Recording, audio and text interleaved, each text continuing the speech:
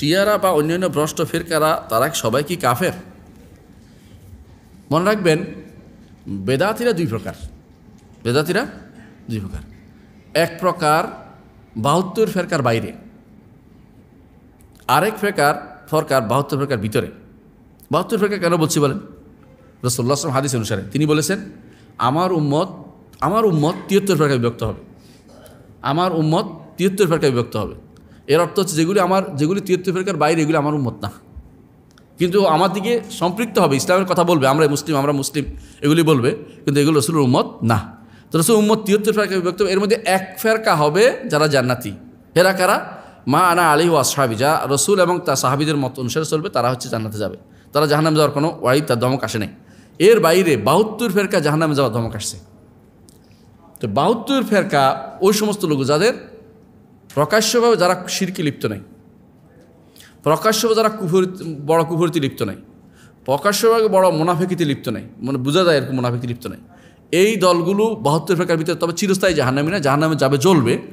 আল্লাহ যদি রহমত করে তাদেরকে বাঁচাই, কোনো কারণে আমলের কারণে বাঁচাইও দিতে পারেন, কিন্তু ওয়াইদের ভিতরে ধমকের ভিতরে আছেন এরা। কটা? ৭২ ফেরকা। ৭২ ফেরকার বাইরে কিছু আছে যেগুলো চিরস্থায়ী জাহান্নামী, এগুলি ইমানের নাম নিলেও এরা কাফের। যেমন কি কাদিয়ানি, যেমন কি বোহরা চিনেন কি না? চিনেন না? বোহরারা গুজরাটে থাকে, এদের একটা বিরাট অংশ থাকে দক্ষিণ আফ্রিকা। এরা হজ করতে যায়, যারা হজ করে দেখছেন এখানে একটা টুপি পরে তারা, জরি লাগানো টুপি এর দূর পর্যন্ত, বাকিটা সাধারণ টুপি। ওনার টুপির মতো অনেকটা, তো এটার মতো ওই যে ওনার ভাই হ্যাঁ আপনার টুপির মতো, কিন্তু এরকম টুপি পরে ওরা। ওদেরকে আমরা দেখলেই চিনি আর কি। ওরা আসলে ইমান থেকে বেরিয়ে গেছে বহুত আগেই। ওদের কাছে ওদের আল্লাহ হচ্ছে ওদের ইমাম, বুঝতে পারছেন তো? আর ইমানের কথা বলার দরকার নেই। তো কাদিয়ানিরা, বোহরারা, আরও আছে আগাখানিরা, এরা ইসলামের বাইরের লোক। আরও আছে সিরিয়ায় বর্তমান ক্ষমতাশীল যারা আছেন, এরা নুসাইরি বলা হয়, নিজেদেরকে আলাউই বলে, ওরাও কাফের। দ্রুজ, এরাও কাফের। দ্রুজ একটা আছে। বাবিয়া, ওরা কাফের। বাহাইয়া, ওরা কাফের।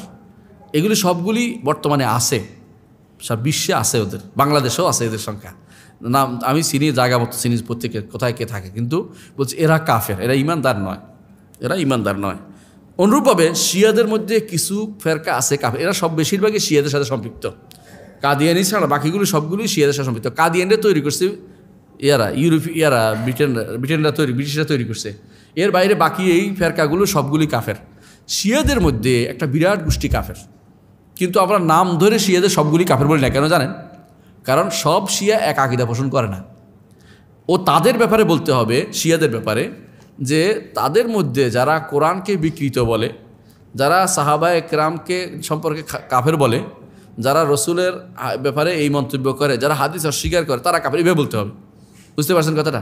মানে ওদেরকে পাইকারিভাবে সব কাফের বলতে পারবেন না। এদের মধ্যে একটা গোষ্ঠী আছে, বিরাট গোষ্ঠী আছে, যারা তাদের কোরআনে বিশ্বাস করে, হাদিসে বিশ্বাস করে, তারা ওদের নেতাদের কথায় বিশ্বাস করে না। এখন আমি যদি শিয়া হিসেবে নাম থাকার কারণে সব কাফের বলেন, তো ওদের উপরে পড়তেছে। আর আমাদের নিয়ম হচ্ছে এটা, কাউকে পাইকারিভাবে কাফের না বলা যতক্ষণ পর্যন্ত প্রমাণিত না হয় যে কুফরি কাজটা করে সরাসরি। সুতরাং এদেরকে এইভাবে কাফের আমরা না বলি, বুঝতে পারছেন? বলবো এভাবে যে শিয়াদের মধ্যে একটা বিরাট গোষ্ঠী কাফের আছে। আরও বলবো এটা, যারা মনে করে শিয়াদের মধ্যে যে কোরআন বিকৃত, তারা কাফের। যারা হাদিস অস্বীকারী, তারা কাফের। যারা সাহাবায়ে কেরামকে তাকফির করে, তারাও কাফের, তারা কোরআন বিরোধী।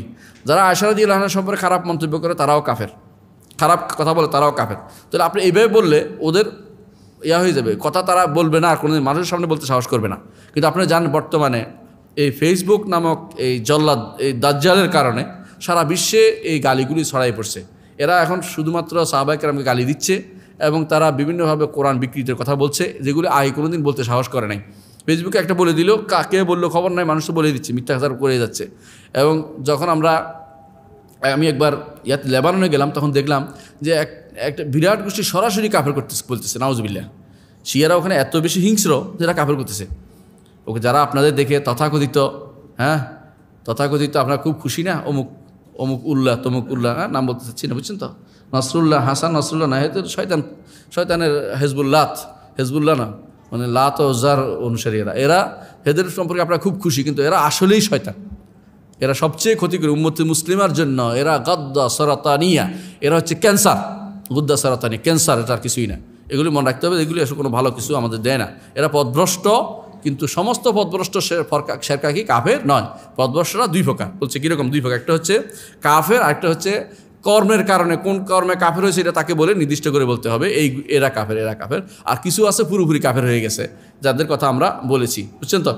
জি, এদের মধ্যে জাহামিয়ারা কাফের, জাহামিয়ারা কাফের। আগের আমার ইমামরা সবাইকে জাহামিয়াদের কাফের বলতো। জাহামিয়া কারা? যারা আল্লাহর নাম গুণকে অস্বীকার করে, কারণ তাওহীদের একটা অংশ। তাওহীদ যে অস্বীকার করবে তার কাছে কিছু পাওয়া যাবে না। আর যেমনিভাবে কবর সিজদা করলে, কবরে কিছু দিতে পারলে মনে করলে যে ব্যক্তি কাফের বলে, তেমনিভাবে যে ব্যক্তি মনে করে যে আল্লাহর গুণ অস্বীকার করলে কিছু হবে না, সেও কাফের। আল্লাহর গুণ অস্বীকার, সেও কাফের। এটা মনে, এরা জাহামিয়া বলা হয়। এরা অনেক কিছু অস্বীকার করে, কোরআন শুনে অনেক কিছু অস্বীকার করে, এরা কাফের। না, ওরা তো বলতো না, ওরা তাবিল করতো, অপব্যাখ্যা করতো, কিন্তু ওরা কাফের বলা যাবে না, পথভ্রষ্ট বলা যাবে। জি।